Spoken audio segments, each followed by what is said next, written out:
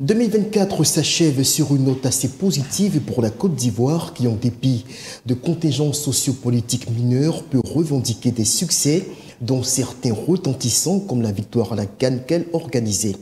Que retenir de l'année 2024 et puis cette polémique qui s'invite dans l'actualité, les récentes déclarations du chef de l'État français Emmanuel Macron qui s'offusquait ce lundi 6 janvier du mépris et de l'ingratitude, je cite, de certains dirigeants africains. Bien sûr, nous ferons le tour de ces questions avec nos consultants sur ce plateau. Alafé Wakili, patron du groupe L'Intelligent d'Abidjan et Lansina Keramoko, conseiller économique et social. Messieurs, bonjour. Bonjour Adi. Bonjour. Et très bonne année 2025 à vous et également à tous ceux qui nous suivent. Merci. Merci. Très bien. Alors, quels sont les temps forts qui vous ont personnellement marqué en 2024 sur le plan national? Je commence avec vous, Lansina Keramoko. Merci de nous donner l'opportunité de faire quand même un petit bilan de tout ce qui s'est passé en Côte d'Ivoire en 2024. Et je ne dirai pas plus que ce que le président a fait, parce que dans son discours à la nation, il nous a égrené, n'est-ce pas, tous les temps forts. Mais ce que je pourrais, entre autres, retenir, c'est qu'il y a eu la consolidation de la paix, c'est le préalable à tout. Et ensuite, il a parlé de la modernisation de notre armée. Et cette modernisation qui fait qu'aujourd'hui, notre armée est devenue quand même assez performante. Et c'est ce qui découle d'ailleurs, n'est-ce pas, de sa décision de mettre fin, n'est-ce pas, à la présence du 43e BIMA en Côte d'Ivoire. Et puis ensuite, il a parlé, n'est-ce pas, de l'école, parce que c'est quand même les ressources humaines, c'est la première richesse d'un pays. Et il nous a parlé des lycées et collèges de 294 écoles. En 2011, nous sommes aujourd'hui à 902.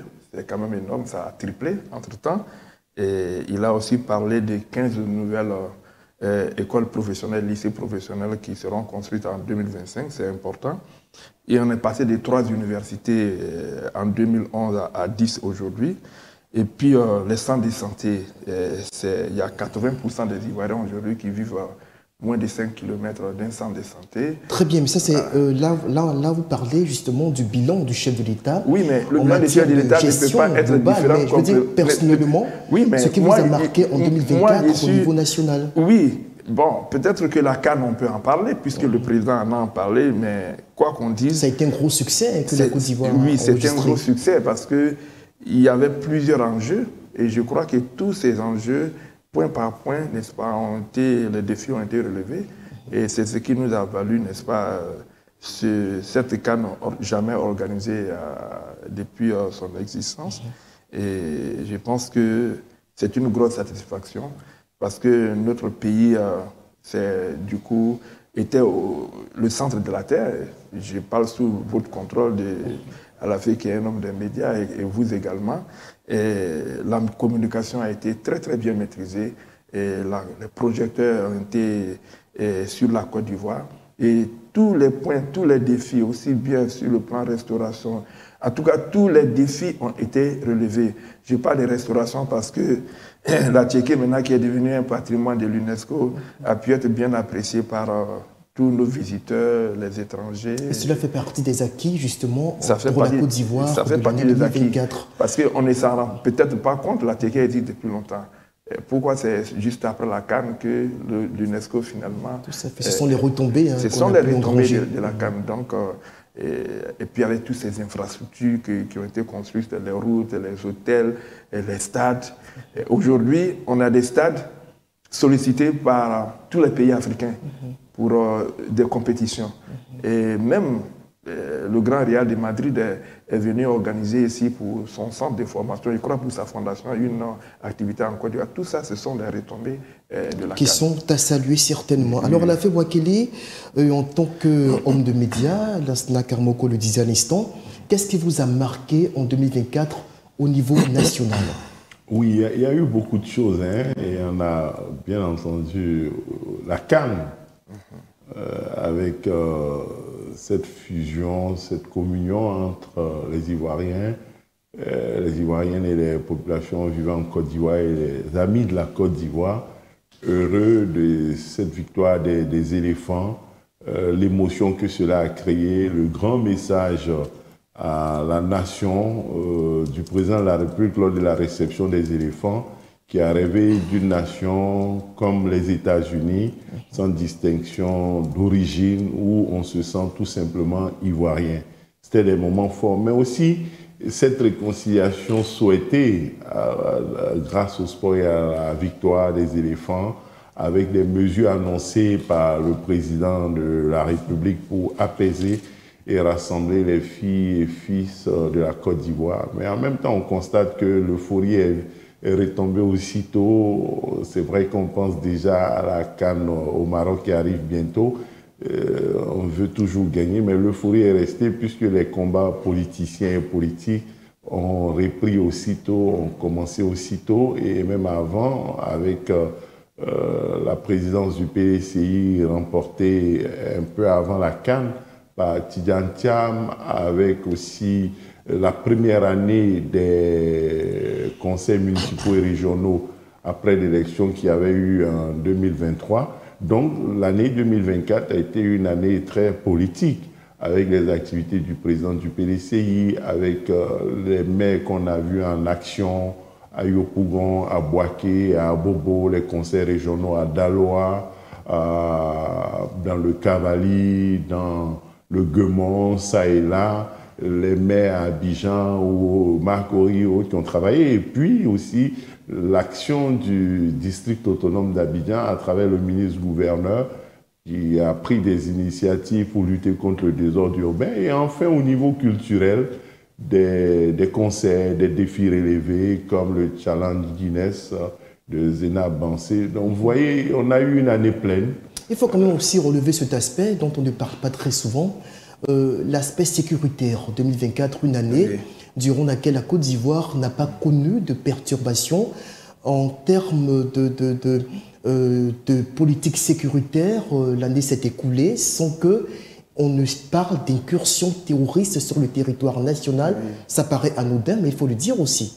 Oui, bien sûr. Comme lui, il a dit, la clé de tout, la base de tout, c'est la stabilité.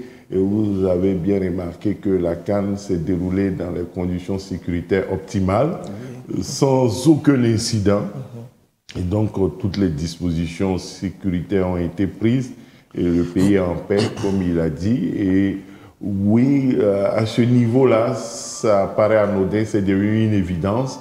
Donc, vivre une année en paix, vivre dans la paix, dans un environnement sous-régional devient anodin et secondaire, parce que ça donne justement le temps d'avoir des revendications, des préoccupations d'ordre politique ou des revendications d'ordre social, les fonctionnaires qui réclament davantage, qui réclament des primes, les fonctionnaires qui veulent gagner plus après la trêve sociale et les différents acquis obtenus en termes de révalorisation, et aussi les acteurs politiques qui réclament des élections inclusives, qui veulent davantage de réconciliation. Tout ça, c'est parce qu'il y a la paix. Et c'est un acquis assez important que vous faites bien de rappeler, de souligner. Très important, certainement. Lansana Kamoko, quand vous êtes à Abidjan, vous avez l'occasion, comme on le disait un instant, de circuler librement pendant que vous entendez que dans les pays nordiques, par rapport à la Côte d'Ivoire, je veux dire, il y a au quotidien des dizaines de morts, des tueries de masse pratiquement, au Burkina Faso, au Mali, au Niger. C'est vrai qu'on y reviendra dans quelques instants, mais cela quand même dénote de la force de la Côte d'Ivoire, de sa résilience sur le plan sécuritaire. Une oasis de vous stabilité. savez, nous qui avons un certain âge, je crois qu'Alafé sera d'accord avec moi, on a connu avant le coup d'État de 99 un pays en paix avec Houphouët-Boigny. Donc cette culture de paix, l'Ivoirien l'a eu comme une seconde religion. D'ailleurs, Houphouët le disait que la paix est une seconde religion.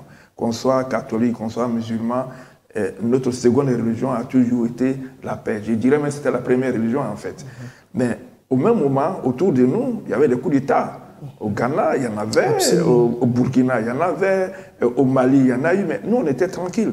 Et je crois qu'avec le président Ouattara, on est retombé, n'est-ce pas, dans cette mentalité qu'on a connue avant 99, où, comme l'a dit tout à l'heure Alafé, la paix est devenue une chose normale, tellement courante que c'est devenu... On ne se rend pas forcément compte de son aspect précieux. On ne se rend pas compte. Mais aujourd'hui, grâce à cette paix, les investisseurs courent de partout. Pour venir, il faut aller au CPC. Les demandes ont explosé, n'est-ce pas, au CPC. Ça veut dire que quand il y a la paix, tout le monde court pour venir. Aujourd'hui, on peut aller d'Abidjan. Et puis, à un moment en Côte d'Ivoire, on ne pouvait plus voyager par car la nuit, même par voiture. Au risque, n'est-ce pas, de se faire rattraper par les coupeurs de route. C'était un danger et chacun de nous avait pris soin d'aménager son programme pour ne plus jamais voyager la nuit. Mais ces voyages, aussi bien en voiture que par car, ont repris parce qu'il y a la paix. Il y a la paix. C'est vrai que les conditions pour circuler ont été capitalisées, il y a la paix dans les gestes. On peut rentrer chez nous à 2 h du matin sans que madame ne soit inquiète.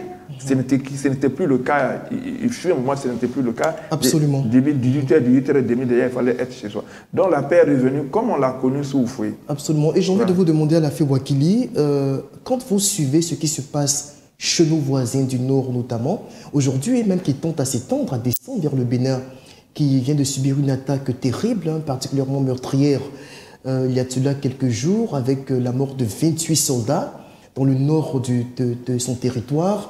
Au Togo, il y a également des incidents sécuritaires qui sont signalés. Et la Côte d'Ivoire, d'abord, selon vous, qu'est-ce qui ne marche pas ailleurs et qui fait la particularité, la singularité de notre pays en matière de résilience sécuritaire? Bon, il faut s'incliner en mémoire de toutes les victimes, en particulier pour les victimes de ce qui s'est passé récemment au Bénin, en espérant, sans vouloir faire de la provocation, que ce ne sont pas les terroristes formés au Bénin avec la France pour attaquer le Niger, le Mali et le Burkina qui ont commis des actes terroristes au Bénin. N'est-ce pas? Non. Voici un pays qui est lui-même victime des terroristes et qui est pourtant donné comme formant des terroristes pour aller faire des attaques chez ses voisins. Ça interpelle justement sur le sérieux qu'il faut avoir dans cette affaire-là. Et la Côte d'Ivoire traite la question avec sérieux et responsabilité. Elle a été victime une fois gravement et d'autres fois à ses frontières. Sur cette base, elle a pris des précautions, certes sécuritaires, mais aussi des précautions d'ordre social, économique et des dispositions technologiques et politiques. C'est un ensemble de mesures de vigilance, des mesures d'alerte qui ont été déployées, mais bien entendu, la sécurité parfaite, absolue à 100% n'existe pas. En tout cas, pour l'instant, ça marche. Et cette chose-là qui marche, la Côte d'Ivoire aimerait bien partager cette recette-là, qui n'est pas secrète. Elle aimerait bien coopérer avec les pays qui le souhaitent et puis mettre son expertise, mettre ses capacités en partage avec nos voisins du Nord, comme vous le dites, selon leur volonté. Donc, ce que je peux dire, les causes de la résilience ivoirienne, c'est la responsabilité, c'est le sérieux, c'est la vigilance et c'est les moyens mis en œuvre à tous les niveaux, au niveau social, sociologique, militaire, sécuritaire, informationnel, technologique, etc. Aucun aspect n'est négligé pour arriver à bout, ou du moins pour contenir cette menace terroriste, malgré les risques qui sont là. Les risques existent. Les risques d'infiltration. Les infiltrations sont là, mais Abidjan arrive à les déjouer jusque-là. Est-ce qu'à tout ce que Alafé Ouakili vient d'énumérer, on peut ajouter l'aspect collaboration ou coopération militaire avec des partenaires stratégiques, occidentaux notamment, dont la France en première ligne et les États-Unis ensuite, qui visiblement appuie nos services de renseignement, nos forces de sécurité dans la formation, dans l'équipement, dans l'encadrement de façon globale. Vous vous rendez compte, par exemple, en Ukraine, les Ukrainiens qui font partie des pays développés de ce monde continuent de bénéficier de l'assistance technique en termes de matériel, en termes de formation des pays de la France, des États-Unis, etc. Donc la Côte d'Ivoire, comme l'a dit Alafé, est ouverte, n'est-ce pas, à tous les pays qui veulent bien coopérer avec nous. Et de cette coopération-là, il est clair qu'il y a des conseils militaires, et quoi qu'on dise, ils sont en avance sur nous. Nous ne fabriquons pas d'armes, eux, ils en fabriquent. Nous ne savons pas les utiliser, eux, ils nous apprennent à utiliser. Donc, forcément, en termes de communication, en termes de technologie, parce que la sécurité, c'est avant tout le renseignement. Ils sont doués en la matière. Et aujourd'hui, quand le président de la République dit que nous sommes prêts, c'est parce qu'il sait qu'il y a un transfert de technologie, il y a un transfert de compétences dans la coopération. Parce que quand des coopérants français, des coopérants américains, en termes de sécurité, qui sont très outillés, viennent pour former nos gens, viennent pour faire en sorte que nous puissions voir ce qui est bon, ce qui doit être fait, ce qui ne doit pas être fait, forcément, il y a un transfert de connaissances. Absolument. Et voilà, donc, ça a forcément porté ses fruits. Et aujourd'hui, en plus de ça, ce qu'il a dit, il faut revenir dessus, la diplomatie ivoirienne est très forte. On a arrêté 2 gendarmes au Burkina. Ça a pris le temps que ça a pris, mais aujourd'hui, ils sont libérés. Ils sont libres. Et pourtant, on présente les 2 pays comme étant dans un conflit profond. Mais grâce à la médiation togolaise qu'il faut au passage saluer.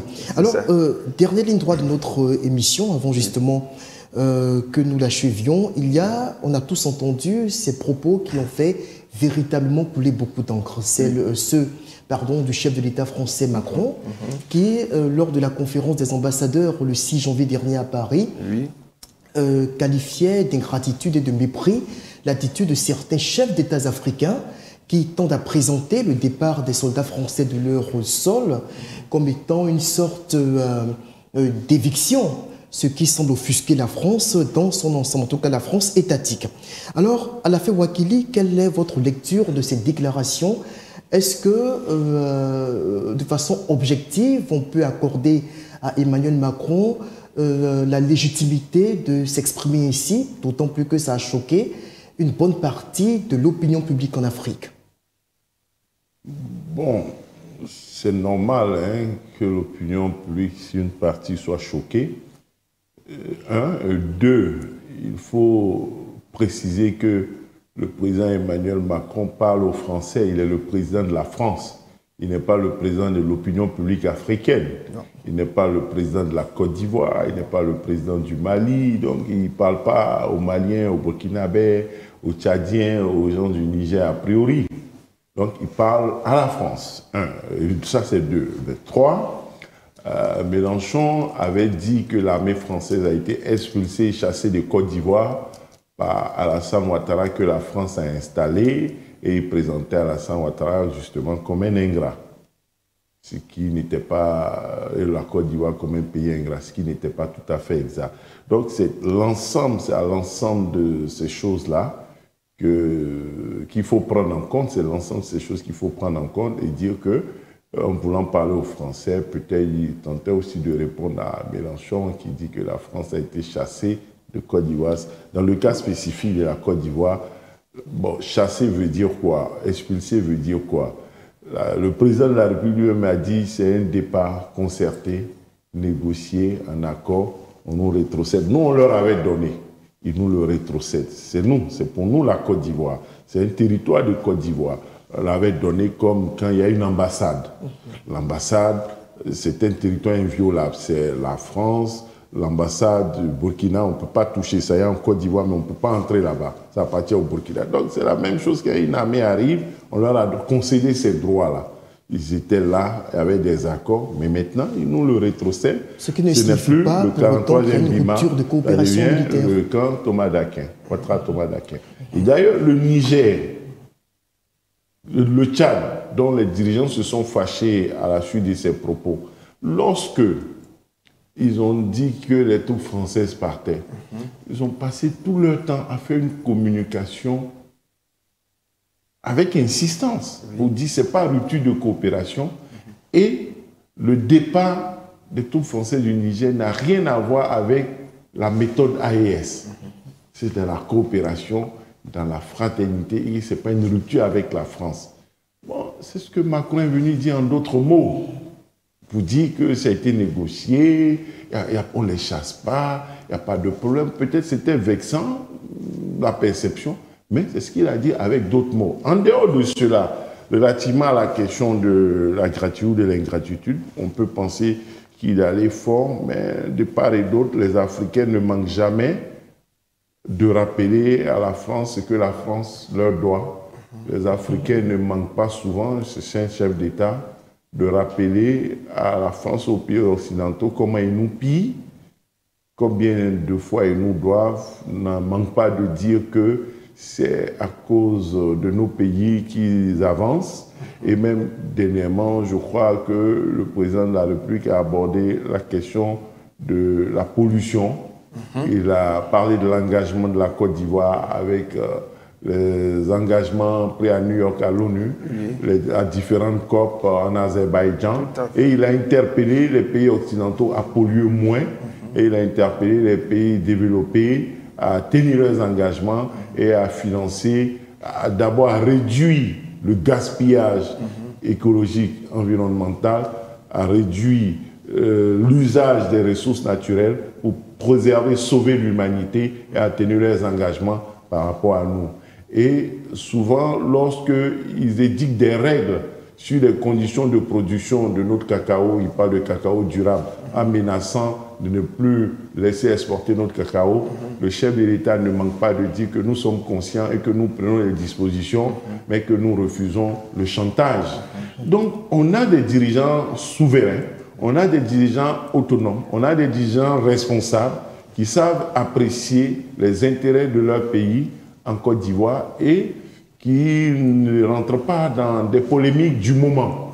C'est ainsi que vous verrez que jusqu'à nouvel ordre, le porte-parole du gouvernement ivoirien a dit que ce que le président Macron a dit ne concerne pas la Côte d'Ivoire et que la Côte d'Ivoire ne se sent pas concernée. Très bien. Ils se sentent morveux, se mouchent. Les pays qui se sentent concernés ont réagi.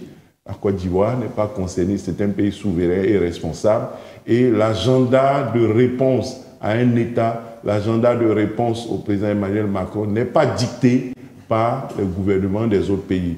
Lorsque la Côte d'Ivoire se sentira concernée, sans crainte, sans peur de quiconque, parce que le chef de l'État ne manque jamais de rappeler notre souveraineté, notre responsabilité. Et c'est ce même chef d'État qui a dit, vous les Occidentaux, vous, entre guillemets, vous nous emmerdez avec vos histoires de mandat limité alors que ça n'existe pas chez vous.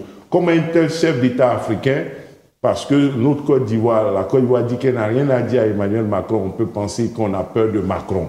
Alors que par le passé, il a dit non à certains pays occidentaux qui ont voulu indicter et qui ont voulu lui dicter les choix des candidatures à faire ou à ne pas faire. Un tel chef d'État, il n'attend pas de répondre comme ça, voilà, lorsqu'il ne sent pas que les intérêts de son pays sont menacés. Absolument. Alors, voilà. Lansana Keramoko, d'abord, comment est-ce que vous avez accueilli donc, ces propos émis par le président français? Ensuite, prenons spécifiquement les exemples du Tchad. Et à un degré moindre des pays sahéliens, mais d'abord le Tchad, où par 2 fois, sinon 3 fois, l'armée française est intervenue pour sauver le pouvoir d'Ébi. 2008, 2019 également, alors que N'Djamena était assailli par des groupes rebelles.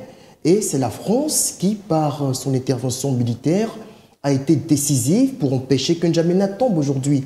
Mahamat Déby Itno hérite de ces retombées-là. Et on a l'impression qu'il y a une tentation à glisser vers le populisme. Au Mali, on sait tous comment est-ce que l'opération Serval a pu mettre fin à l'arrivée des djihadistes sur Bamako. D'abord, comment est-ce que vous avez accueilli ces propos ensuite? Parlez-nous justement de ces pays-là qui ont bénéficié de l'appui de la France. Et je crois que les propos de Macron, moi, dans le fond, ça ne m'a pas fait ni chaud ni froid, parce que c'est un chef d'État, comme l'a dit à la veille, c'était aux Français qui s'adressait. Et la Côte d'Ivoire, heureusement que le gouvernement a réagi, le porte-parole, à travers son porte-parole, ne se sent pas concerné par ce que Macron a dit. Mais il faut rappeler également que depuis juillet 2024, dans une interview que le ministre Téné Béréma Ouattara, ministre d'État de la Défense, a accordé à un journal, je l'ai cité Jeune Afrique, il avait déjà annoncé que des concertations étaient en cours et très avancées. Et que ces concertations devaient aboutir, n'est-ce pas, au départ de l'armée française, du 43e BIMA en tout cas. Il l'avait déjà annoncé. Les gens n'ont pas peut-être fait attention parce qu'on était occupé à autre chose. Il l'avait déjà dit. Il allait même plus loin pour dire qu'est-ce qu'on ferait de ce camp. Il n'avait pas donné le nom, c'est-à-dire le nom que le président vient de proposer, enfin, qu'il vient de décider. Il ne l'avait pas dit, mais tout ce que le président a dit, avant même de parler que ce camp va porter le nom de Thomas Dakin, Téné Béréma Ouattara l'avait déjà dit. Il a dit qu'on va loger là-bas 5 bataillons. Il a dit qu'on va former à la communication et à l'aguerrissement de nos militaires là-bas. Il avait déjà dit. Donc, il faut aussi rappeler justement que depuis quelques années, la France est engagée dans un processus de désengagement progressif de ses effectifs en Afrique. La Côte d'Ivoire est un pays responsable à travers son président. Quand ce n'est pas bon pour la Côte d'Ivoire, on n'a pas besoin de crier sur tous les toits, je suis souverainiste, mais quand tu es chef d'État, tu dois veiller aux intérêts du pays où tu es élu par le peuple. Et je crois que le président Ouattara l'a toujours fait. Alors, mais cela ne remet pas en cause, cela ne remet pas en cause, n'est-ce pas, la coopération intelligente qu'il a avec les pays occidentaux. Maintenant, en ce qui concerne le Tchad, le Mali et autres, ils se sont sentis plus concernés parce que nous n'avons pas été assaillis par des terroristes et que la France est venue nous sauver des mains des terroristes.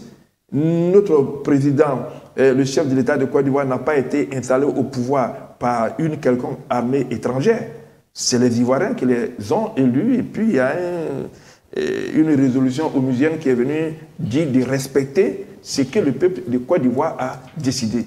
Donc peut-être que le Tchad doit beaucoup à la France, le Mali doit beaucoup à la France, pareil pour le Burkina Faso, mais la Côte d'Ivoire ne se sent pas concernée, donc je ne peux pas répondre à la place du Tchadien, mais je dis que nous ne sommes pas concernés. S'il y a ingratitude, Macron ne s'adresse pas à la Côte d'Ivoire. Alors donc pourquoi nous allons jouer à l'avocat du diable? Ce qui nous concerne, le président est un président responsable. Je l'ai dit tantôt, au risque de me répéter, que Téné Béréma Ouattara, depuis juillet, donc il y a 6 mois, plus de 6 mois en arrière, avait déjà annoncé leur couleur pour dire qu'avant la fin de l'année 2024, l'armée française allait quitter le 43e BIMA. Absolument. Mais beaucoup de gens n'ont peut-être pas fait attention. C'est seulement au message à la nation du chef de l'État qu'ils ont appris qu'ils devaient... Sinon, depuis longtemps... Voilà, sinon, depuis longtemps. Et quand Téné Béréma Ouattara en parlait en juillet, il a dit que les préparatifs étaient en cours. Des experts français et ivoiriens étaient déjà en train de travailler sur la question. Donc ça date peut-être depuis 2 ans, n'est-ce pas, ces préparatifs du départ, n'est-ce pas, de l'armée française. Voire plus avec la réduction des troupes qui est passée, je crois, de 900 soldats à 600, après 300. Oui. Je pense qu'aujourd'hui, on doit être environ une centaine de soldats tout au plus qui sont sur le sol ivoirien. Donc depuis longtemps, la France cherche à partir, mais de façon concertée, méthodique. Alafé a dit, c'est important de le dire. La Côte d'Ivoire appartient aux Ivoiriens. Quand tu arrives, on te donne une parcelle pour t'installer, mais pour utilité publique, à un moment donné, on peut te dire, quitte là, nous, on reprend notre chose. Ce qui a été fait de façon souveraine. Ce n'est pas la même chose comme les ambassades qui sont considérées comme des territoires des pays qui sont dans ces ambassades. Ce n'est pas la même chose. Très bien. Alors, on va terminer avec le mot de fin de chacun. Alafé Ouakili, on commence par vous. 1 minute. Renouveler nos voeux de santé à l'ensemble des Ivoiriens et des Ivoiriennes, de tous nos téléspectateurs, et puis souhaiter qu'on ait une année de paix et surtout une élection présidentielle apaisée qui ouvre la voie à la suite du processus. Il ne faut pas l'oublier aux élections législatives qui suivront dans la foulée. Il est important que tout cela se déroule dans la paix et que les gens se souviennent que c'est juste 5 ans dans la vie d'une nation, d'une part, et que d'autre part, quelques semaines après, il y aura des élections législatives. Donc, à l'occasion de la présidentielle, il ne faut pas tout gâter, il ne faut pas, à cause de l'élection présidentielle, tout gâter, tout mélanger, en oubliant qu'il y a des législatives qui arrivent, il y a seulement 5 ans à gérer et il y a un pays à continuer à construire. Donc c'est un vœu de paix, de responsabilité, et puis les vœux classiques de santé, de bonheur et de prospérité pour chacune et chacun en 2025. Oui, je ne vais pas répéter ce que Alafé a dit. J'ajouterai simplement que c'est faire un clin d'œil au président de la République qui a pris la décision de nommer le ministre-gouverneur Ibrahima Cissé Bakongo, qui fait d'Abidjan aujourd'hui une merveille. Quand l'Ivoirien lui-même, dans la circulation, s'exclame pour dire « Ah, Abidjan, joli, moi, il y a 2 juges circulaires à mon épouse, elle dit « Ah, Abidjan, joli d'air. » Malgré des déguerpissements très critiques, non, mais oui, aussi au passage. On ne peut pas faire d'omelette sans casser les œufs. C'est la restauration de l'ordre urbain. Oui, on ne dit plus déguerpissement. C'est comme ça, on dit maintenant enfant en conflit avec la loi. Ah ouais. On ne dit plus microbe. Voilà. Donc on ne dit plus déguerpissement, on dit restauration de l'ordre urbain. C'est la restauration de l'ordre urbain. Je crois que ça profite à tout le monde. N'oublions pas que la France, c'est comme ça que Paris a été construit également, par Haussmann. Et aujourd'hui, Bakongo, il est le Haussmann ivoirien. Et le président de la République, Alassane Ouattara, il devient Louis III, parce que c'est lui en son temps qui avait nommé Haussmann pour embellir Paris à l'image de Londres. Aujourd'hui, Abidjan est devenu une merveille. S'il n'y avait pas cette restauration du désordre urbain, je crois que le mot, il faut que tout le monde l'emprunte maintenant. Abidjan ne serait pas devenu ce qu'il est aujourd'hui. Mais je crois que le ministre-gouverneur Cissé Bakongo, comparé à Haussmann, il a dit quel honneur, mais il préfère être le Bakongo ivoirien et non le Haussmann ivoirien. C'est ce qu'on va retenir certainement. Alors merci à vous d'avoir été là. Merci à vous, Monsna Karamoko. Merci également à Boanafé Wakili. Et aussi merci à vous qui nous suivez depuis chez vous. Encore une fois, tous nos meilleurs voeux pour l'année 2025. Et puis on va se dire au revoir en espérant se retrouver très bientôt pour un autre numéro de Devoir de vérité. D'ici là, portez-vous bien. À bientôt.